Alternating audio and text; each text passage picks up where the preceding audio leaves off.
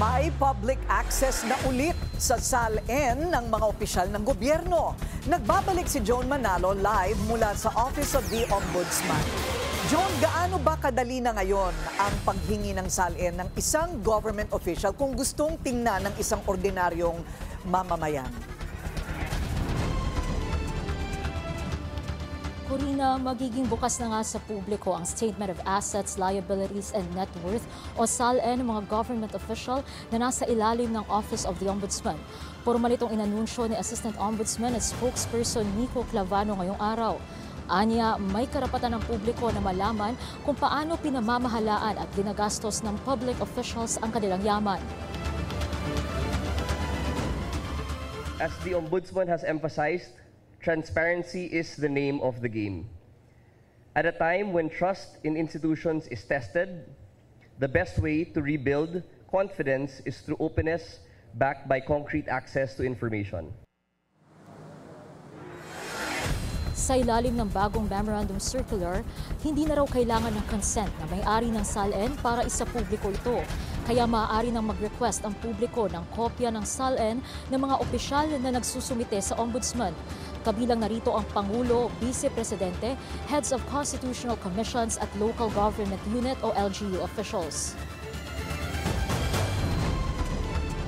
So, the general rule is that all SALNs will be granted access to, except for several instances, and these are that the office is not the official repository, that the SALN is not on file, the request is for an unauthorized commercial purpose, that the requesting party has a derogatory record of misuse, the request is linked to a pending case to influence or harass, there is evidence of extortion or safety threats, the identity of the requesting party is fictitious, or the purpose is contrary to law, morals, or public policy.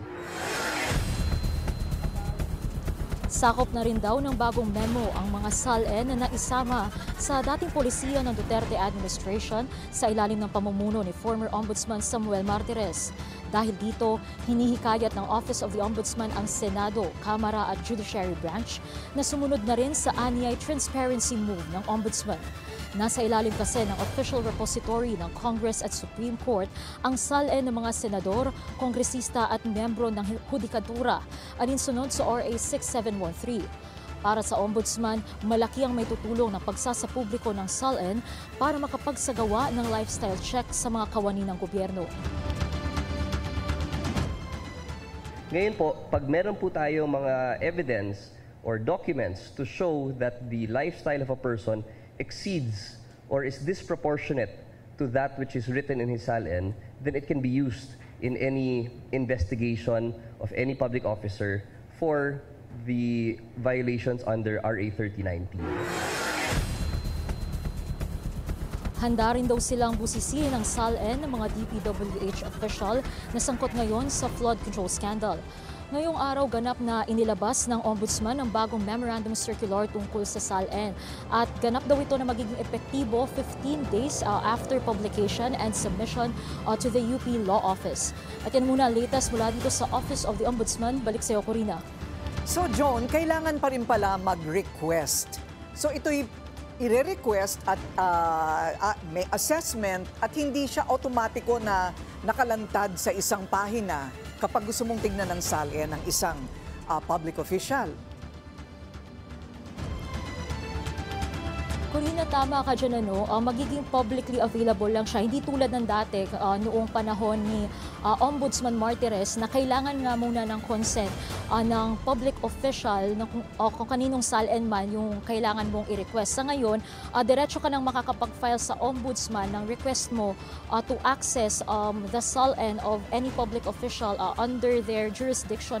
At ibibigay nila ito sa iyo so long as meron kang valid ID at mapapakita mapapatunayan mo na hindi ka fictitious person at yung identidad mo, ayun nga mapapatunayan mo at hindi mo gagamitin sa masama itong pag-request mo ng SALN. So kailangan ding i-verify ng ombudsman kung ano yung magiging purpose mo sa pagre-request mo ng SALN ng mga public officials. Pero sinisiguro nga ni Ombudsman Remulla na magiging transparent sila at ibibigay nila itong mga SALN ng public official lalo na kung kinakailangan naman talaga itong i-release sa publiko. Corina. Ayan, okay. So mas madali na ngayon pero hindi pa rin ganun kadali.